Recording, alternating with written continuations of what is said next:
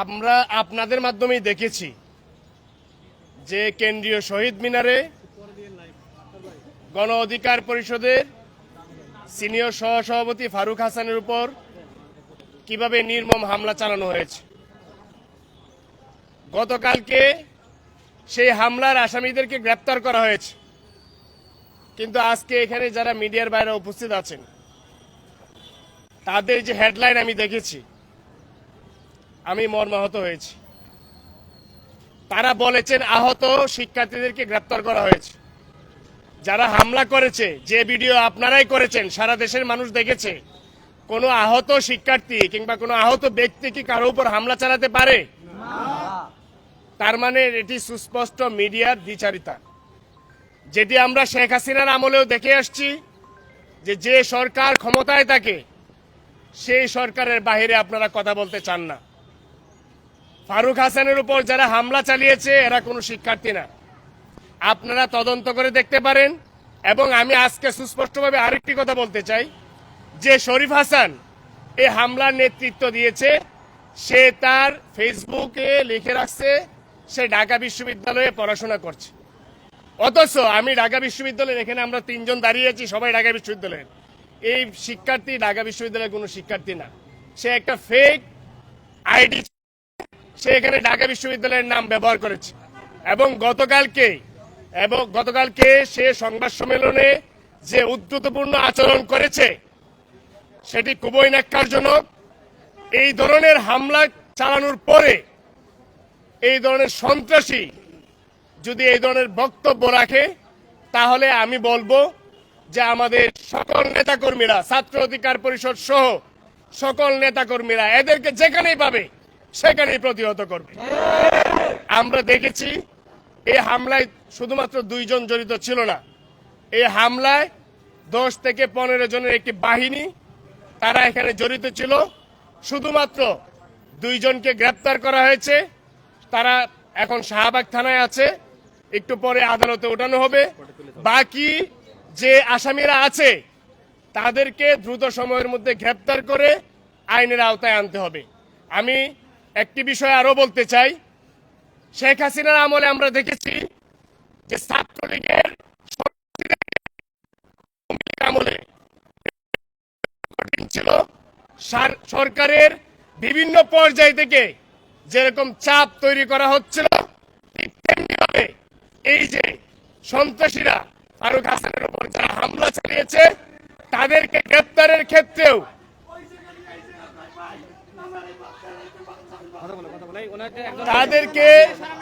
তাদেরকে গ্রেপ্তারের ক্ষেত্রে একই অবস্থা বর্তমান সময়ে দেখা যাচ্ছে।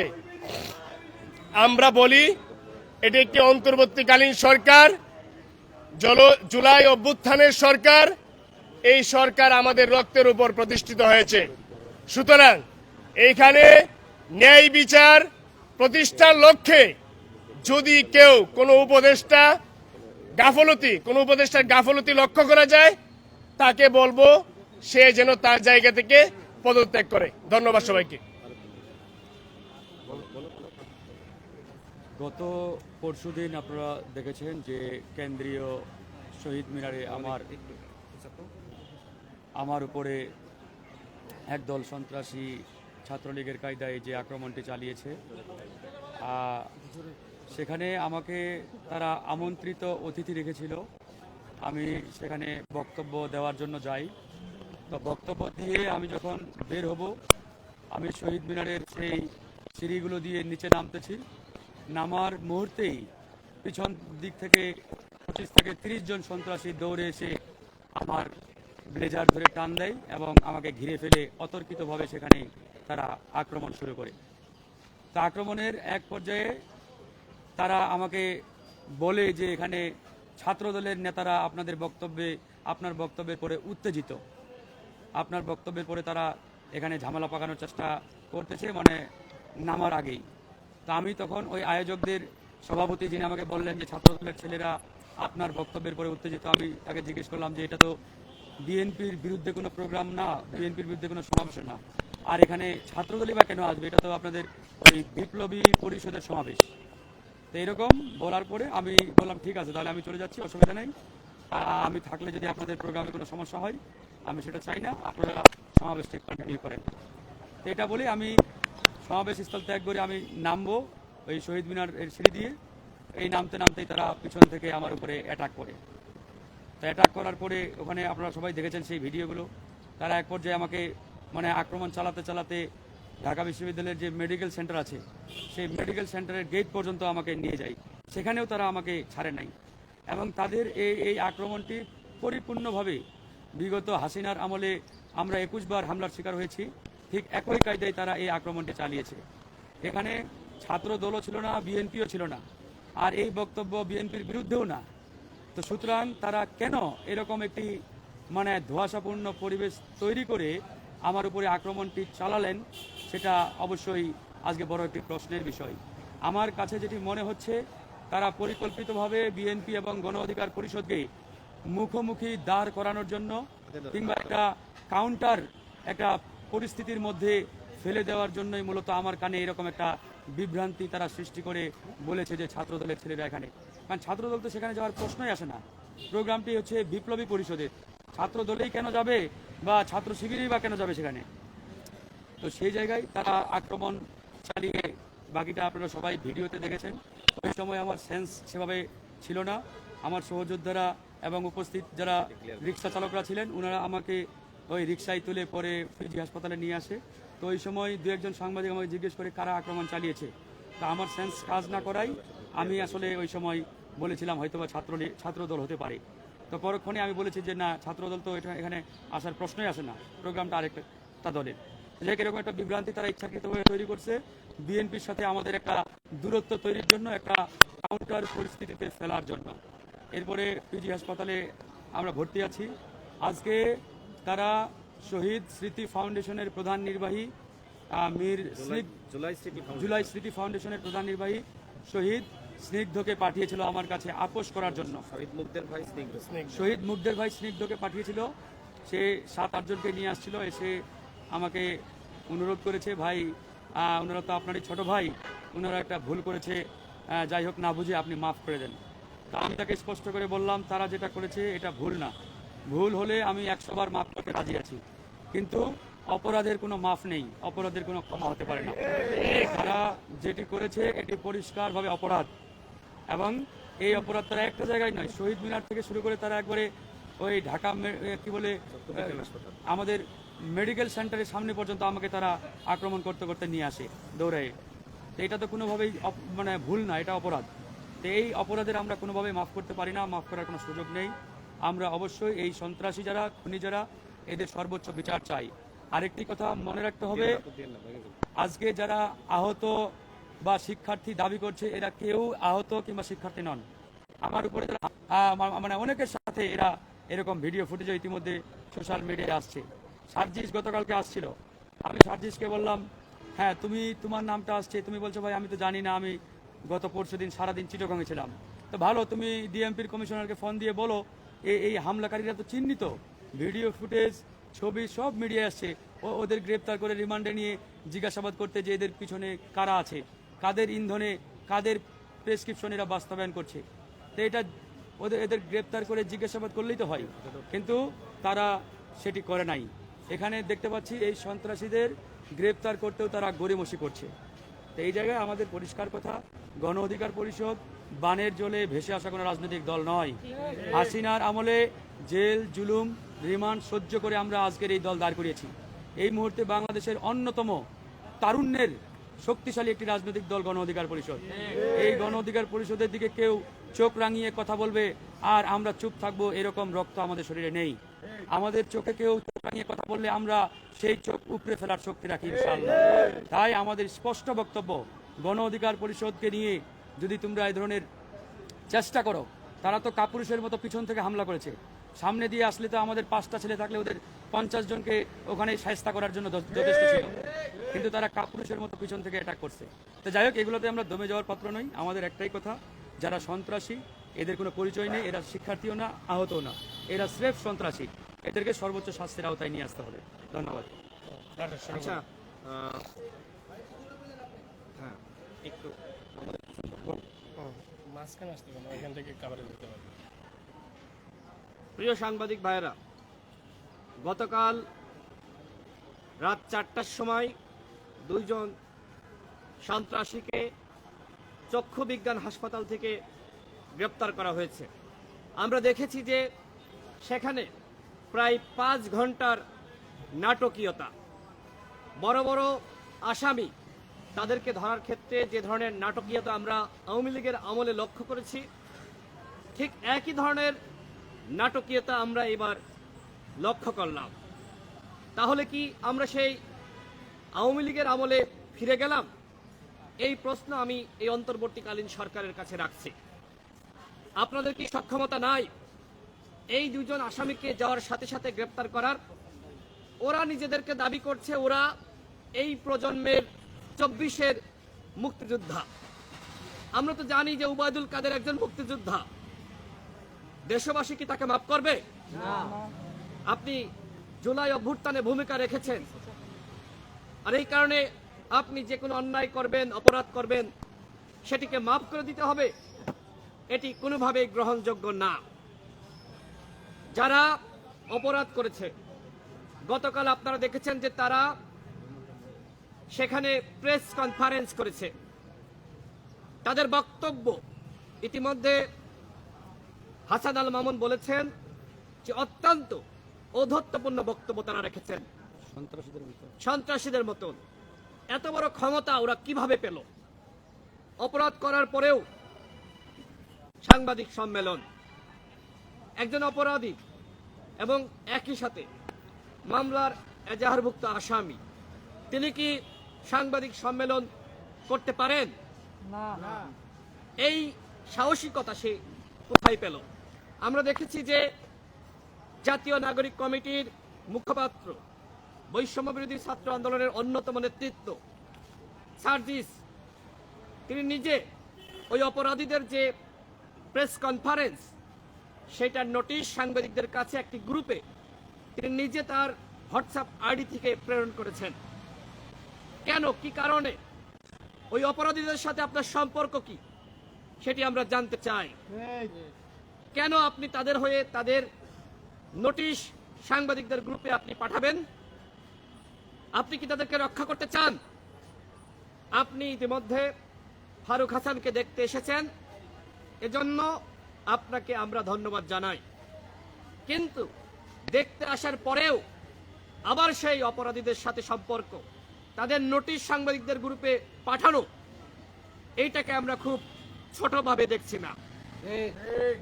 আমরা জাতীয় নাগরিক কমিটির আহ্বায়ক, সদস্য সচিব সহ যারা আছে তাদের দৃষ্টি আকর্ষণ করছি, এই বিষয়টি আপনাদেরকে খতিয়ে দেখতে হবে। এই ঘটনায় সার্জিসের প্রত্যক্ষ এবং পরোক্ষ কোনো ইন্ধন আছে কিনা সেটি আমরা তদন্ত সাপেক্ষে জানতে চাই, এবং সেই তদন্ত করার দায়িত্ব জাতীয় নাগরিক কমিটি। আমরা দেখতে চাই যে তারা যেহেতু বলছে তারা নতুন রাজনৈতিক বন্দোবস্ত তৈরি করবে, সেক্ষেত্রে তারা যার বিরুদ্ধে অভিযোগ আসলো সেই অভিযোগ তারা কিভাবে খতিয়ে দেখে। আমরা এখনই বলছি না যে এই ঘটনার সাথে সার্জিস জড়িত, কিন্তু একটি ক্লু কিন্তু আমাদের হাতে এসেছে।